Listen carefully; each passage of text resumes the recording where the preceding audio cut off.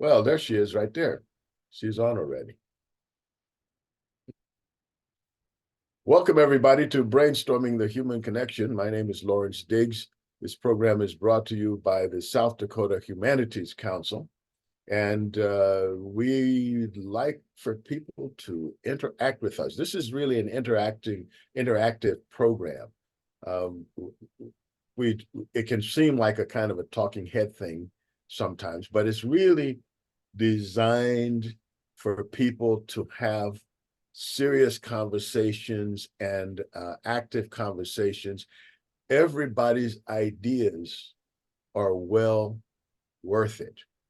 Okay, so your ideas are welcome, and your questions are welcome. We need that for this to work, because this is the opportunity we have. One, to get more people involved, but two, to give all of us some practice in exchanging ideas in a civil way. Exchanging ideas and respecting them, not just because it's polite, but because of what we can gain from them. Probably you've heard in conversations, newspaper articles, programs on the radio or TV, some discussion, I think maybe not enough, but some discussion about land back, or our place and our history, and how most of us who are non-native got to this place that we now call home. And some would argue in terms of just plain linguistics, we are also natives because that's where we're born, and in English, that's what that word means. But we have another level, and that is indigenous, the different peoples who were here before, and how migration has changed the face of this continent, and also how what we have and what we've done to make this country came at the expense of the people who were already here, and how we're just getting around to recognizing that, but not nearly enough. And of course, some people are trying to erase it, but we can't let that happen, because if we do let that happen, it's at our expense. Today, we have a guest, Rebecca Clarren, who is an investigator and author of a book called Jews, Lakota, and an American Inheritance. And she has done a lot of not only research, but thinking about and having conversations with people who have been struggling with not only what happened, what is happening, but where do we go from here? And I'd like to welcome Rebecca to our conversation. Welcome, Rebecca. Thanks so much for having me. Great. I'd like to start off with just talking about you. Tell us something about you as an individual, like where did you grow up, and that kind of thing. So we have an idea of like, who are we talking to, really? I contain multitudes. How am I supposed to pick one thing?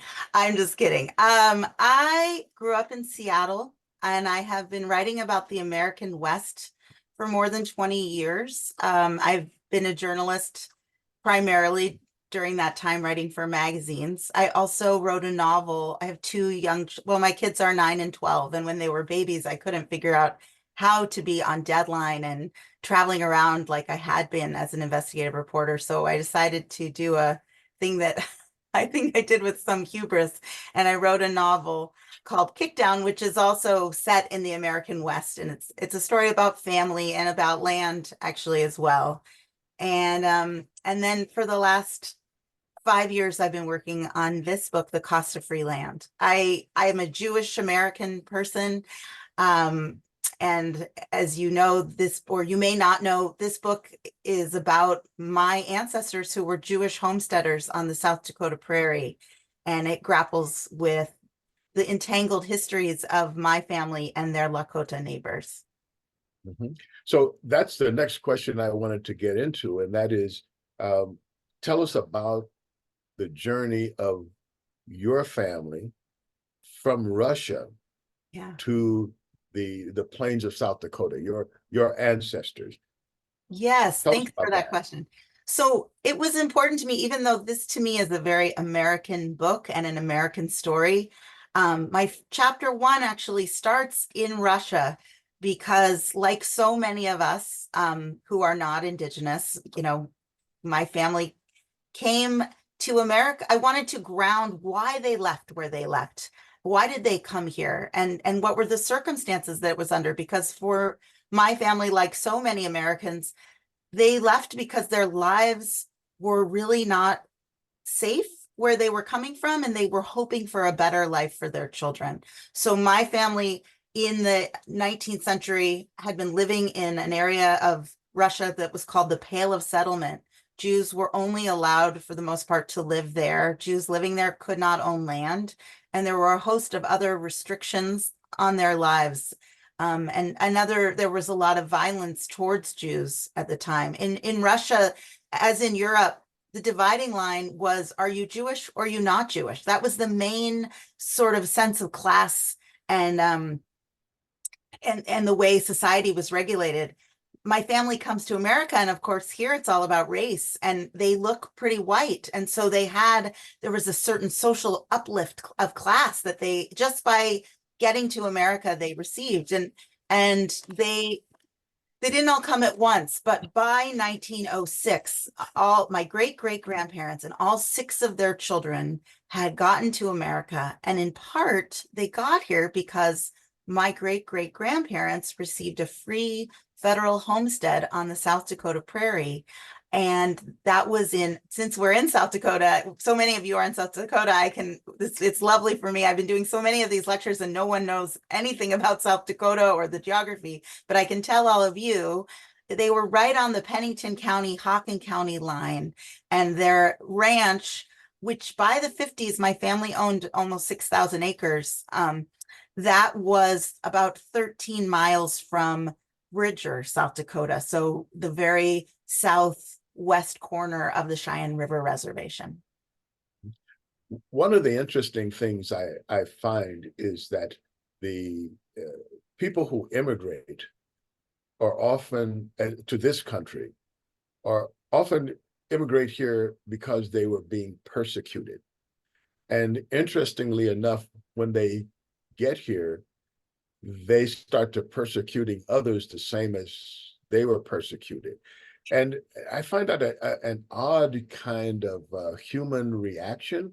But I'm reminded of the saying, well, is it a proverb? I'm not sure, but you become what you resist, you know. And I'm just wondering if there isn't some of that people experience that, and how quickly I'm observing how quickly they forget uh, what it feels like. And why do you think that is? Or did you give any thought to why that reaction?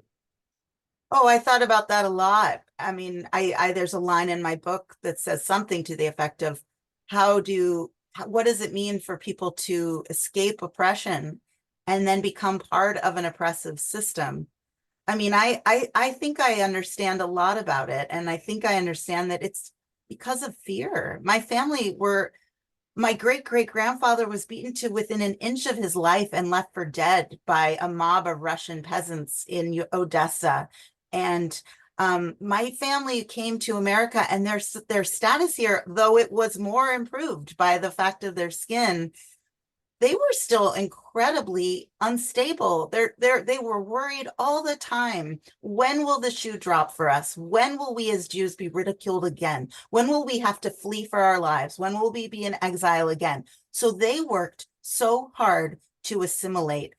I mean, it's very different from the forced assimilation that the federal government was propagating on Native Americans. There's nothing similar in that at all. I'm not trying to say to be forced to assimilate is very different than to feel pressure to assimilate. But my family worked really hard. My great great grandparents and their children all worked to drop their accents as quickly as they could, to speak English, to become capitalists, because in the history of Jews in Europe, those who had more money were often safer. They were allowed to stay in their countries longer. So there was, my great-great-grandmother told her three sons, not only that they had to make it in America, she said, you have to become multimillionaires here.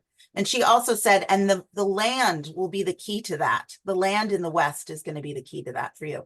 So I don't think, you know, when I first set out to work on this book, I had some cousins who said, oh dear, what did our family do? Did they murder someone? You know, there were even some reviewers who said, you know, this book would have been more interesting or more compelling if Rebecca's family had like directly harmed Lakota, like stolen their land directly or murdered someone. To me, that actually misses the point, which is that this is actually what happens in America. It's what you said, that so many of us have ancestors who came to this country and were doing what my family does. And how can we blame them? They just needed to survive, and they were working so hard to make a better future for their families.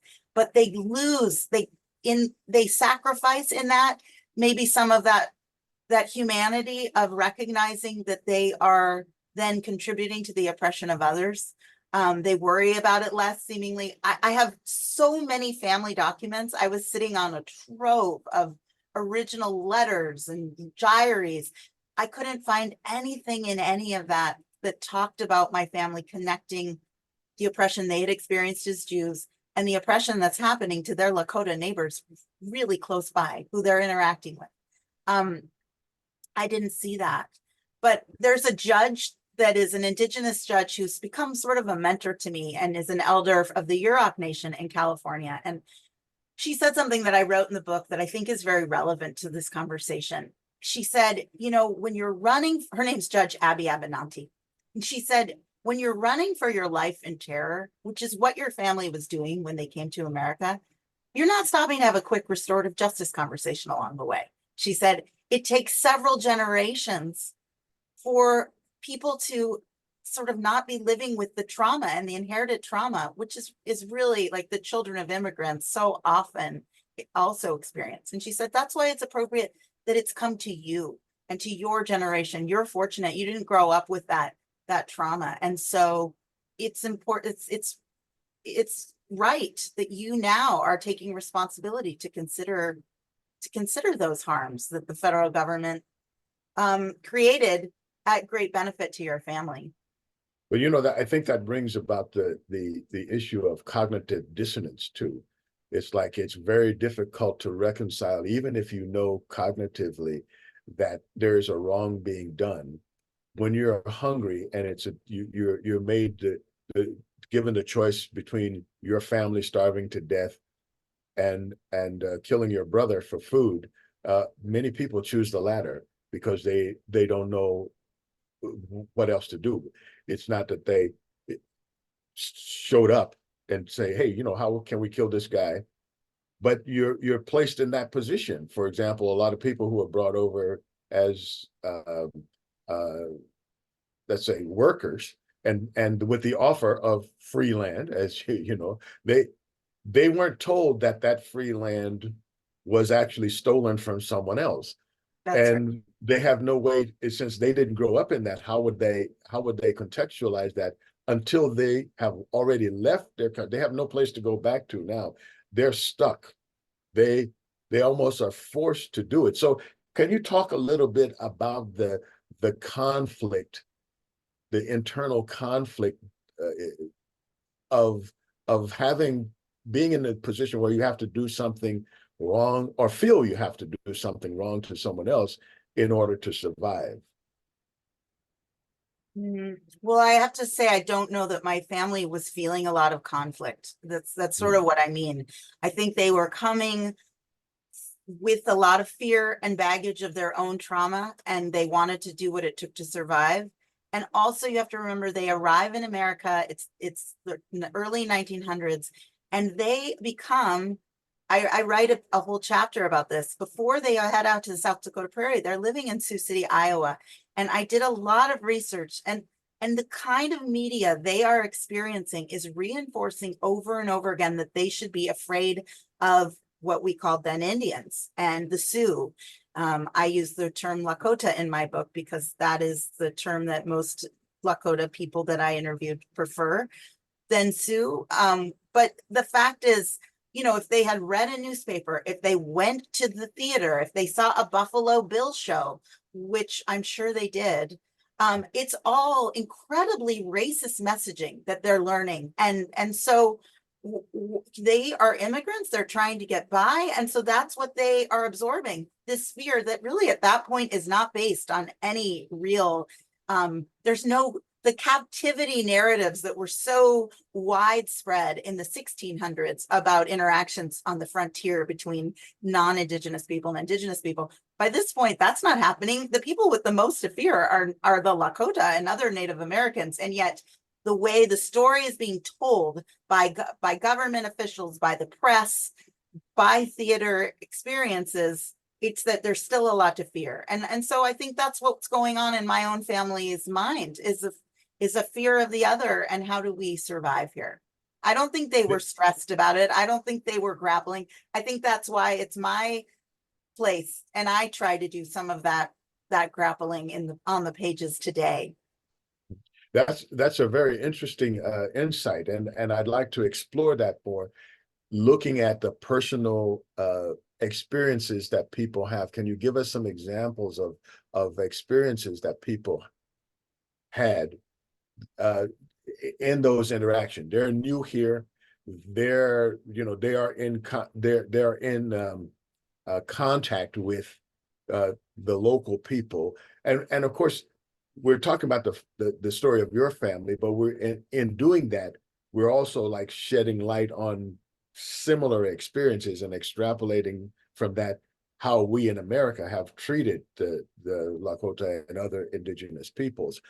But I think it makes more sense if we can talk about some personal stories or individual players, like narratives of those personal narratives.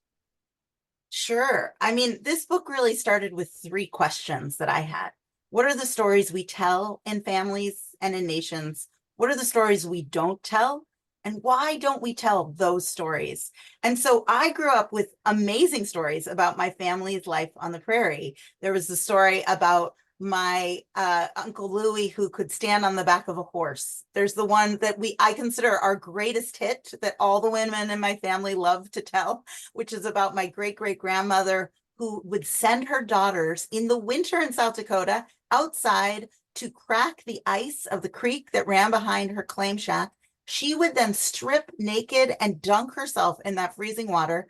This was what is called a mikvah. It's a ritual bath religious women take to mark the end of their periods. And she would do that. And there's a story about my cousin who, when he was 5, would clear a path every morning to the outhouse of rattlesnakes. And I'm sure all of you in South Dakota with homesteading ancestors can relate to at least some of these stories.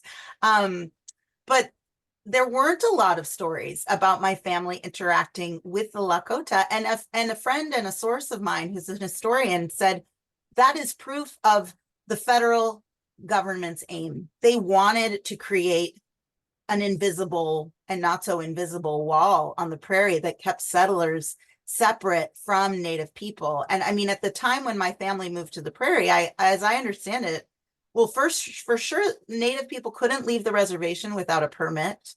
And they weren't allowed most of the time to leave. And if they did, again, some of that the racist messaging that's in my own family's lens at this point, it makes them fear one another. This changes, of course, over time.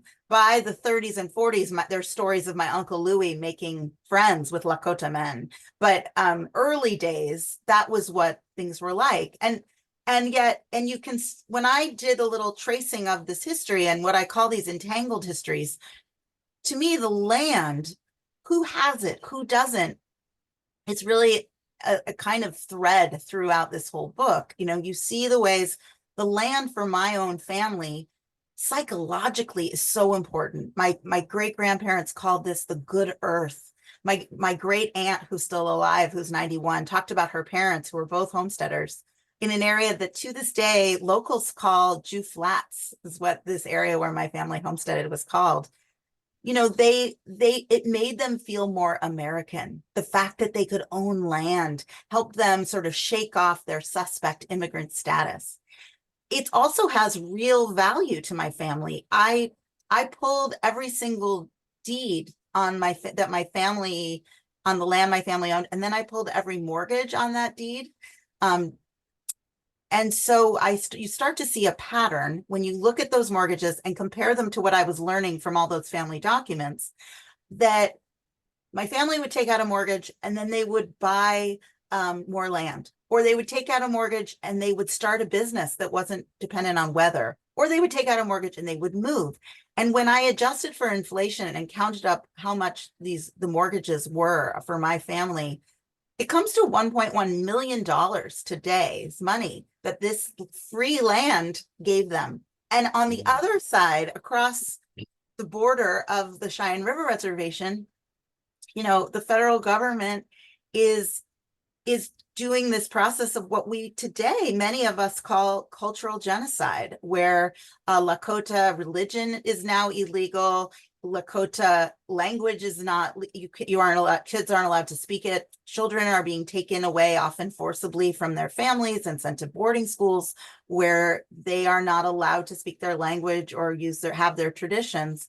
And so you see, and Lakota themselves are often not allowed to take care of their own money or their own land themselves. So you can really start to see, I know it's a little different than the question you're asking about the interaction, but I think it's actually at the heart of what you are asking me, is that the way they are interacting and these stories are coming together are not necessarily at an individual human level. It's more at the ways there's the systemic societal pressure that is making the way my family moves forward very different from the Lakota families that I have come to know, what their opportunities are. I want to take this opportunity to bring in the rest of our guests and panels and experts that have joined us here. Do anyone have questions? You can just raise your raise your hand in the chat, or there's I guess I don't know what the name you call it, reactions. In the reactions, you can raise your hand, or you can open your mic. Vicky, you have questions, comments? Well, I wanted to thank you so much for writing this book. My parents, grandparents, and great-grandparents came from Odessa also. They were invited by Russia from Germany to come over. So I don't know what the problems were. I think there was starvation. And then when they were supposed to go in the military, in the Russian military, they came to the States. I have to say that I've just gone back, and I come back and forth, but I saw these signs, the Centennial Farm, and everybody was so enthused about having that big wrought iron sign. We've been here 100 years, and the theory that I went on is, aren't they brave and bold and beautiful? I never thought that they were running from something, but I have a sense some of the old ways that I find hard were because of the trauma from running from one country to another country. They've carried on this legacy that's pretty brutal. That gave me a better understanding, but also the understanding between the river. I always thought West River was the reservation, and East River, the land was just free. But now it's all those myths that I have heard and learned and thought have gone away. So I just wanted to thank you for a whole new insight that I'm going to have to investigate to see what was really happening. Yeah. Thank you. Oh, thank you for sharing. It really means a lot. I'm so glad that you're taking it in. Yeah. Well, I know it's hard. Let me ask you one other question. Since the United States was built, do you think that possibly a majority of the people that came here out of desperation And that's how we are sort of unique as a country, because if you look back 100 years, you know, when people came over, they had nothing, nothing. I think that's an excellent question. I'm not an expert at that, and I would love to know if you get an answer, or someone else here could. But it certainly is a theory that makes sense to me, and I do wonder, you know, what does it mean to have? I mean, all over the world, when you think about how trauma plays out and how that gives us all blinders that we can't see, and what it really means when you have people who've survived wars and oppressions and famines, and then what are they passing on to their kids, and what are the ripples of all of that? I mean, it's certainly true in America, but I would guess it's true elsewhere as well, that we are all acting out in maybe less ideal ways the legacy of those histories. Yeah. That's actually what I was trying to get at when I was talking about cognitive dissonance and inner conflicts, because even if they're not conscious and things we discuss, if we are running from something and we get to a place and we find that the only tactics we know to deal with it is the tactics that were used on us, Yeah. I think someplace in there our conscious tells us maybe that's not the right thing, but we're conflicted in the sense that, well, okay, well, what's our other alternative? You know, I don't say that to make an excuse, but I'm just saying, you know, human beings actually do have limits in intelligence. You know, otherwise we would be called gods. So we have that, and we often don't make the right decisions, and they come back to bite us. But I think just bringing the people over who had nothing and putting them in a situation where you give them the land that was stolen from other people, I think that's, you know, that's a tough bind to be in. And I'm wondering, like, well, what would we do now? And I think we're facing some of those same problems around the world, whereas as people still are moving and still migrating and still working out, okay, well, whose land is this? Mm-hmm. Right? These are complicated problems that are not going to go away easily. Mm-hmm. Are there other people who have, Sharon, you had something you want to add? Turn your mic on, though, so we can hear you. I don't know if Betty's hand was up first or mine. Oh, she might have been out of my, okay. Yeah, right. Go ahead. But no, we also have to think about the people who were not, the white people who were considering this was also a lot of money making for themselves, and they weren't poor or anything else. Like the railroads, if they get some farmers out here, then they're going to have more business. And like J.J. Hill here in Minnesota. And so that is also another complication to this whole thought or history. Yes, absolutely. I usually do talk about that when I give lectures about my book, that, as many of you know, yeah, that the first one of the early treaties signed between the Lakota Nation and the United States was in 1851. But also right around that same time, California and its raft of natural resources becomes a state. And the railroads want to connect that state with the rest of the East Coast. And they know that long haul traffic isn't going to pay for the line. They need lots of little communities along the line that will support. Right. And so let's put white settlers, and, you know, based on my research, by the time my family in 1908 is planting their first crop, the United States has taken 98% of the land that it had promised by treaty in 1851 to the Lakota. Mm-hmm. It's taken 98% of that away, and then is giving it to the railroads and settlers like my ancestors. So yes, exactly. I'm glad you brought that up. Yeah, that is I think I am also glad she brought it up, because it seemed like a very interesting trick that was played on people. They bring those people out, and I call them arrow absorbers. You know, they are the ones that take the brunt of all of the hostility that was generated. And then the banks and the other people come along and take the land away from them.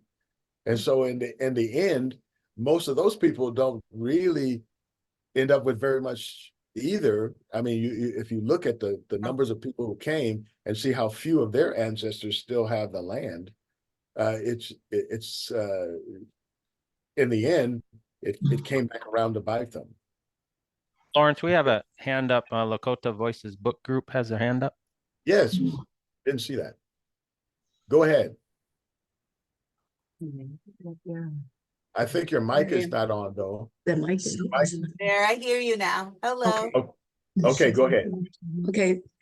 Hello. I'm Patty Bordeaux Nelson. I'm speaking from Madison, South Dakota. I'm Sichunhu. My home is on the Rosebud Lakota Nation, but I've lived here in Madison now for over 40 years. And my question to Rebecca would be, in one of your chapters, you speak about the Jewish religious cultural tradition of repentance, forgiveness. And if you could just speak a little bit more to that, I would just like to know a little bit more about that and just your thoughts about that process. Thank you for that question. Well, yeah, so early on, that same Yurok elder and Judge Abby said to me, if you're going to look at this entangled history, you have to study your own culture for guidance on how to respond to it. What do the Jews say about how to respond to a harm, even one you didn't directly commit, but one you benefited from? And that launched me. I spent about 3 or 4 years studying with my rabbi here in Portland, Oregon. His name is Rabbi Benjamin Barnett.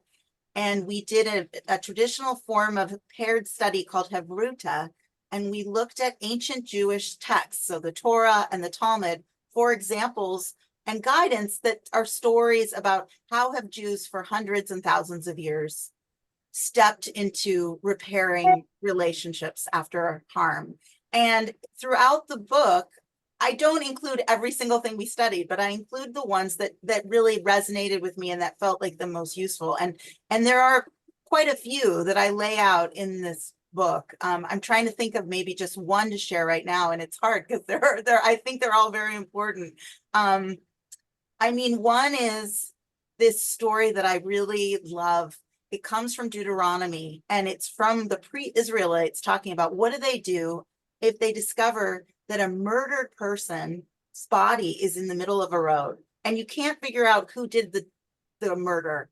And what they would do is the communities nearest to that person's body would measure their distance, and whatever community was closest to the murdered person would take responsibility for burying the body, not just burying the body, but then doing a ritual which had some economic impact, that would be to cleanse the area of the pollution and the sin associated with murder. Because the idea being sin has a communal impact and we can take communal responsibility. And there's this wonderful rabbi on the East Coast named Toba Spitzer, who she wrote a sermon about this and actually let me interview her.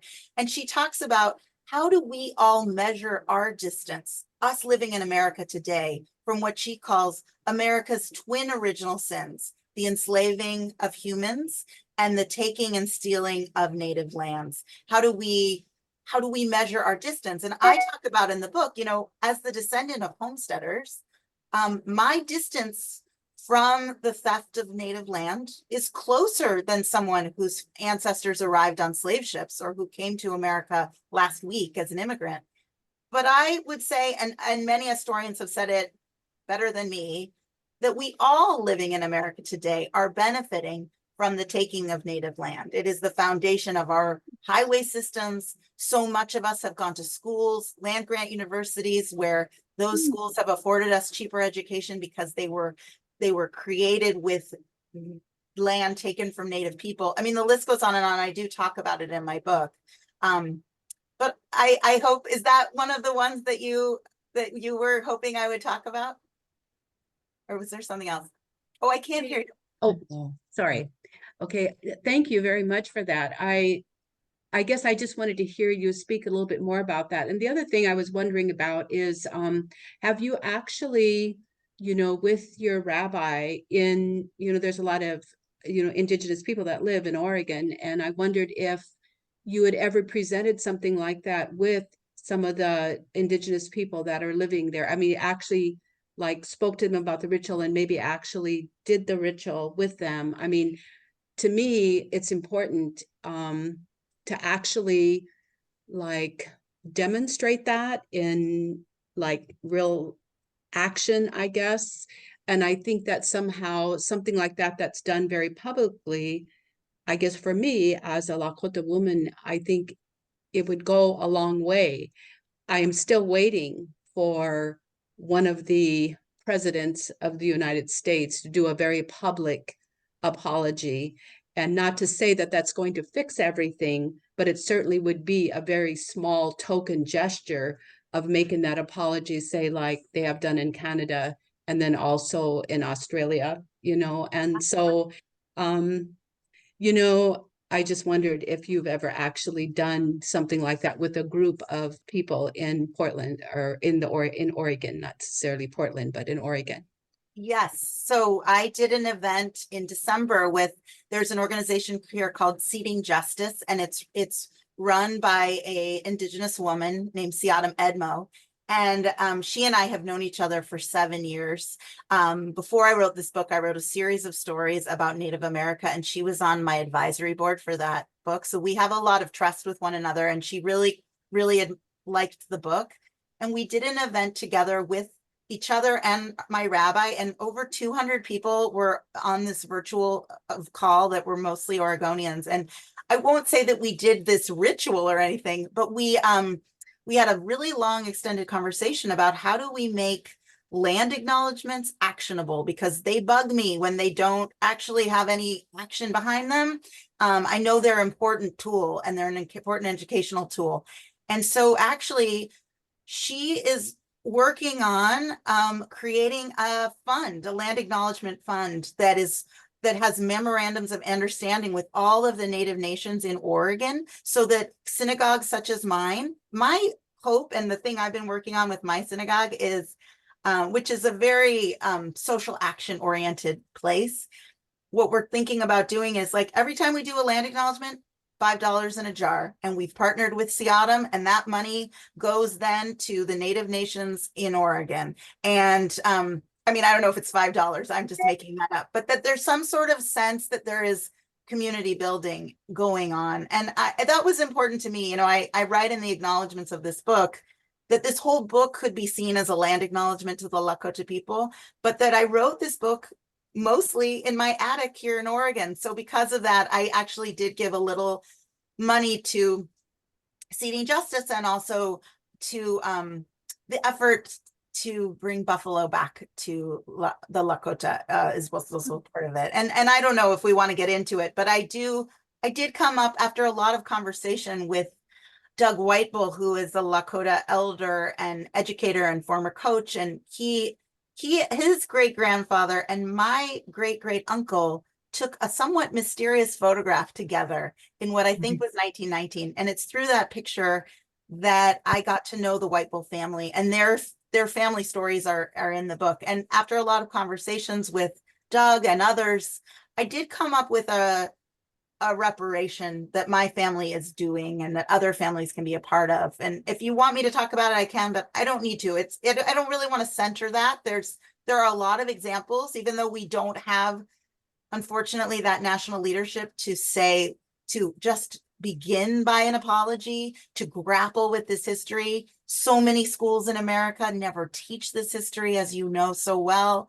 But there are a lot of little efforts happening throughout the country that give me hope that on the local level, there's some reconciliation happening. There's a lot of churches who are giving back their lands. There's a lot of churches that aren't, but there are some that are giving the lands that the federal government gave to them to help assimilate Native people. The trade was, go assimilate these Native people and we'll give you some land. Some of those churches are now giving their land back to Native nations, which is a wonderful thing to see happening. Well, I think thank you for that. Yeah, you're welcome. I think that is a very important point to make, that each of us can do something. We don't have to wait, not that it shouldn't be done, but we don't have to wait for some grand president to do something, because it all needs to start at this grassroots level. And that's probably where it's going to have to start. And then once we build a sort of critical mass, then it won't even matter that whether Yes. they do it or not. And Yes. so then they'll do it because it won't Well, matter. I was really inspired I write about this in the book, but in Australia, their government wasn't apologizing either. And there was a nonprofit group that printed these books called I'm Sorry books. And they were a boilerplate apology from the descendants of non-native people to the indigenous people of Australia. And then there was space where you could write your own apology, or you could just sign. And these were printed and put in public spaces like libraries and town halls. They were so popular. They reprinted them until thousands and thousands of people had signed these. And it was this groundswell of people on the ground wanting to apologize that led the government to do something. And so I think that's a really beautiful thing that happened, that could happen here too, if enough of us are interested in that, you know? That's right. That's right. Anyone else before we continue? Anyone else have anything that they can add to our conversation? Questions that they have? Comments? I would like to. Oh, go ahead, John. I think that if we look at the history of the expansion of this country, expansion from east and west, one of the key factors in that expansion was the Homestead Act of 1862, which initially gave 160 acres, quarter section, of free land, so to speak, to anyone who could settle on it, live on it for 5 years and prove it up.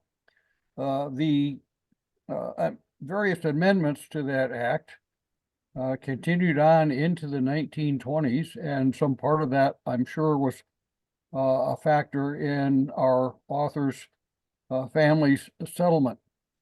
Having said that, if we look back on again, the settlement of our country, we see that one of the reasons that Jewish people from Russia left Russia was because of the change in their government's policies. At one time, the Jews in Russia were welcome. They were left alone to live in their own communities. But when the last Tsar took over,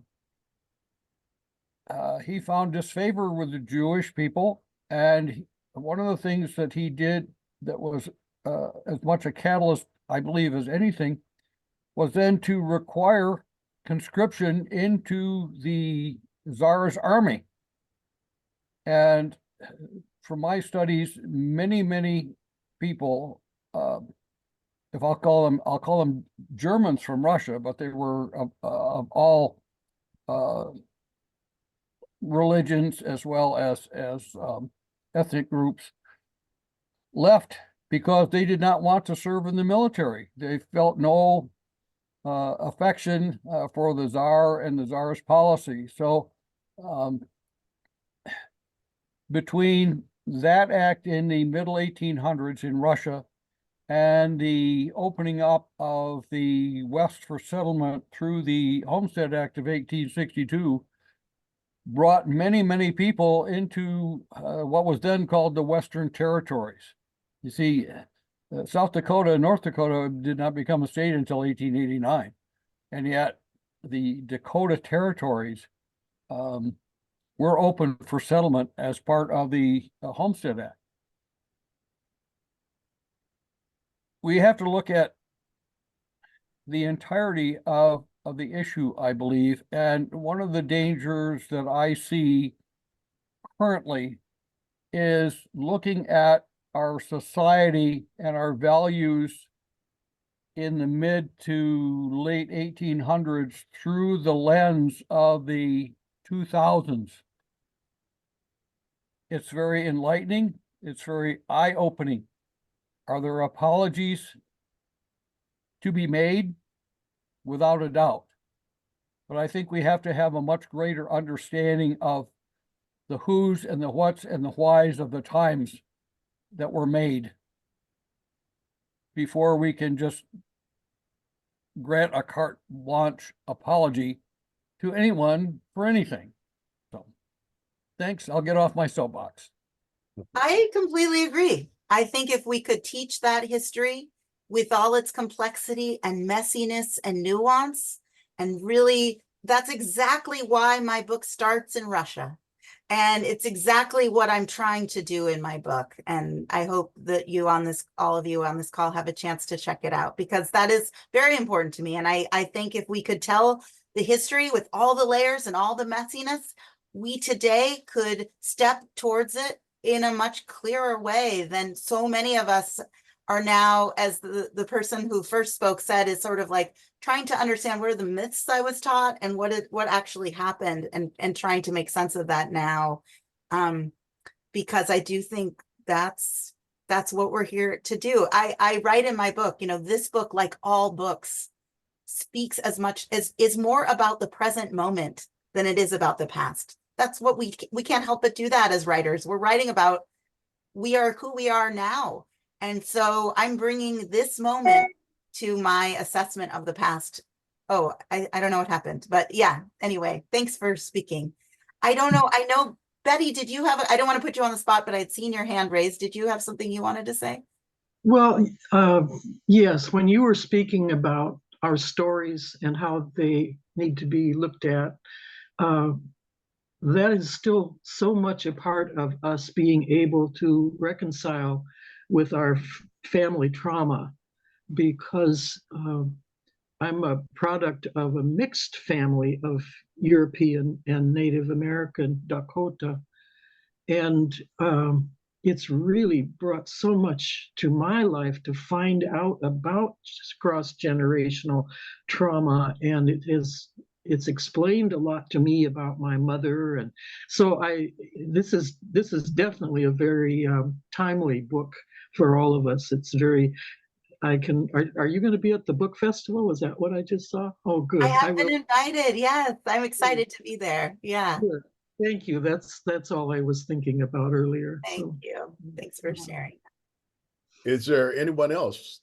Because we have a lot of people. It's easy for me to miss somebody's hand going up or blink. Lori, did you have something you wanted to say? Yes, thank you very much. And thank you for writing the book, first and foremost. And I think it is a story about your family, but it's a story about all of our families, right? I mean, so Yes. yeah. And so I think what it has done for many of us is allowed us to really look critically at the actions of our family and the reasons, that our families immigrated and why they did. I mean, I lived under this umbrella of immense pride about being the daughter of a homesteader for a long, long time. But for decades now, knowing and understanding the story and having that awareness is one thing, but I think it's not enough, So when you talk about living in the present, it's like, how do we take that history? How do we learn from that history? How does that impact how we move forward? Mm-hmm. And I'm wondering, with your Jewish heritage now, are you getting questions, Rebecca, about the situation in Israel now and the oppression of the Palestinians? Does that come up in these conversations as well? Yes. Well, first of all, I just want to acknowledge and how grateful I am, because I love it when people say, like you just did, this is a story about your family, but it made me think about my own. Mhm. That's really why I wrote it. So thank you Mhm. for sharing that. And yes, my book came out October 3rd. My second event of the fall was October 9th. So, yeah, I have been getting a lot of questions about the parallels between this story and what's happening in Israel and Gaza. And I will share that, like all of us, I am devastated and heartbroken and furious. And I feel that some of the major, I'm not a Middle East scholar and I'm not an expert. And so for me to try and do some kind of comparative, I will get in hot water quite quickly. But I do see there are rhymes and resonances, right? And to me, looking at what's happening over there, it feels more important than ever, based on the suffering that's happening, to study histories of oppression.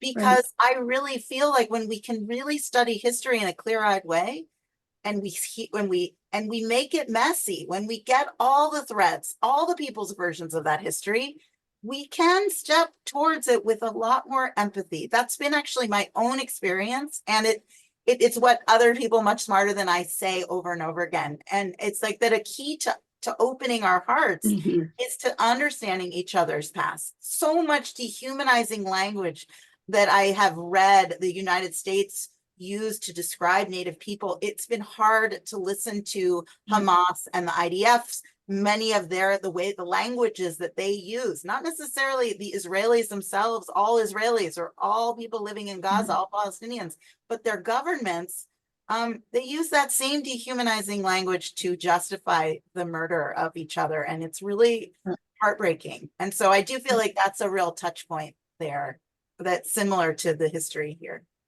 Yeah, and I think, not to belabor this, but education is so important, and we're fighting the fight of our lives now about telling the truth in education, especially here in this state. Yeah, I grew up just minutes from Cheyenne River. I didn't understand my relationship with another sovereign nation until I got to college and took a class in sociology. And I mean, these were my neighbors. So, I mean, I can relate to the story, of your family and the not knowing. But once I knew and once I understood, then I can't continue to justify it. I can't continue to sit quiet. I can't, advocate for truth in education. I mean, it seems like it moves us to action. And however maybe small that's why some people in charge don't want to teach it, because kids are smart. My kids, I know my kids and their friends, they have the biggest hearts and they're the biggest activists. And if they know. Yeah. Thank you. Yeah. One book, South Dakota next year. Oh, that would be okay. Thank you. I had one more thing. I'll make it short. Since the Torah, I mean, this is something that humanity against itself has gone on from the beginning. What makes you think that in this day and age that could change? And the other thing that made me think about your book, and knowing where the original tribes were across the United States before we came here, wasn't that part of their humanity also, one tribe against another tribe? Is it so instinctual, so people oriented, so sinful that we will continue to do this always? I don't know. I get that question sometimes from people saying, my family was really mistreated in England before they came here. No one's offered us an apology. Why should I bother to apologize because of what my ancestors did to Native people? And I don't think it's such a wrong question, but I come back to what Judge Abby told me recently when we did an event together in October. Someone asked her this sort of question. And she said, our job here today, living it when we're alive, is to be a good ancestor. How do I today take responsibility for what I can so that I don't create something my children or my grandchildren in the future have to take care of? And I come back to that a lot personally. So, sure, there's a human nature to survive and to be concerned primarily for oneself and one's family. I guess, at least in the culture that I grew up in, I think that's been true. But also, I think if we're going to survive as a nation, climate change, we have to change our ways. That's really what I've been taught. And the many indigenous communities who have more of a reciprocal approach in their cultures have so much to teach us, who have grown up in a capitalist system, about how we care for one another and for the earth. And that is a way, to me, like key to our survival. So I hope we figure it out. I think we need to. Bernie, you had something you wanted to say? Yeah, just very briefly, I think it's worth saying that I think we can be really proud of our Dakota activists who I think have done a good job of bringing this issue to the forefront. And I found that out about the time your book came out, Rebecca, last October. 6 Australian Aboriginal people came here, and they came here to South Dakota through a Rotary program, mostly so they could spend time with Native Americans in South Dakota, because they'd come to the understanding that Native Americans here have done and I, as a former legislator, I've seen this, a really good job of making their voices heard. And maybe we take it for granted, or maybe we think they haven't been successful enough. But I thought it was very interesting that people came from many thousands of miles away to say that the Australians were here just before the vote. There was a vote in Australia. Right. And they were so hopeful. I was so sad for them. They were so hopeful that vote would pass. And just as they were here, they received word that a poll had shown that they were probably going to lose. And apparently Rupert Murdoch, who's, I think, has, I don't want to be political, but probably done some damage here in America, got involved in that issue over there. And they realized while they were here in South Dakota that thing may not pass, and they were so sad. But yeah, I think they were really encouraged by seeing what Dakota people have done in South Dakota to be heard and to get involved in the system. Just for those of you who don't know what we're talking about, in Australia recently, there was what did we call it, a proposition? There was a law that was being discussed that would create an advisory board of Indigenous Australians to advise the government that would have representatives from all Aboriginal communities. And I love that. And I'm not surprised, having studied the history. What I saw was that there's such a long history of Lakota and Dakota activism. And for all of you who've read Our History is Our Future, Our History is the Future by Nick Estes, like, he really goes through that in such a calculated, careful way. And that it's really the Lakota, they used the tools they had, which was their ability to communicate and be patient and persevere. And that feels so. I love that happened, that connection, but it doesn't surprise me. We are coming up on our golden hour here of ending this, and there's so much more to discuss. And I hope that just because we're going to have the book festival, I hope this won't be the last time you join us, because I think that there's so much more to discuss, especially the relationship and what happened to the Native people was used by Hitler to justify the actions that they did. And they took pages out of our history to formulate the plans that they used on other people. And so, many issues like that are certainly worthy of discussion, and we just kind of scratched the surface. So I'm going to take these last couple of minutes and give them back to you to say, are there any last words that you want to leave us with? Well, thank you all for being here today and for your questions and thoughts. I will share that in the back of my book, but also just for free on my website, I have resources for further research, so that if you're a person like some of the people on this call who reads this book and thinks about themselves and their own family and wants to learn more, I have the tools that I don't think of are definitive, but they are sort of the resources that helped me, as I said, into my research to understand, did my family have land? Where was our land? And what could we do next? What are next steps we could take?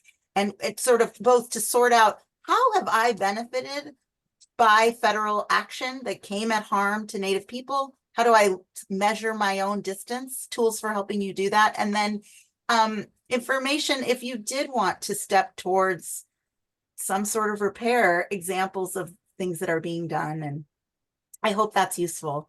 The book is, I think it's available on Spotify, and it's also on Audible. I did the recording of the book. I read it myself, which was very difficult, but really, I'm grateful that I got the chance to do that. And yeah, I will be coming back to the Dakotas as many times as anyone wants to bring me out. I'd be glad to come. And also, I do have a website that does list my upcoming events. I will be doing a bunch of virtual events coming up, and I'll also be doing a bunch of in-person events in Iowa and Nebraska and in the Dakotas too. So if you want to keep an eye out, I'm on Instagram. I often post about things there too, and Facebook, so you can find me there. Thank you so much, everyone. Great. I want to invite everybody to go to the chat and look at those little three dots, and you can download the chat, all of those links that Colby has been putting in the chat, so that you can follow up on many of the things that we've been talking about. I want to thank you again, Rebecca Clarren, for joining us. And her book is The Cost of Free Land, Jews, Lakota, and the American Inheritance. I think you'll find it a good read and will be useful to your lives going forward. Thank you and goodbye. Bye, everyone. Thank you so much.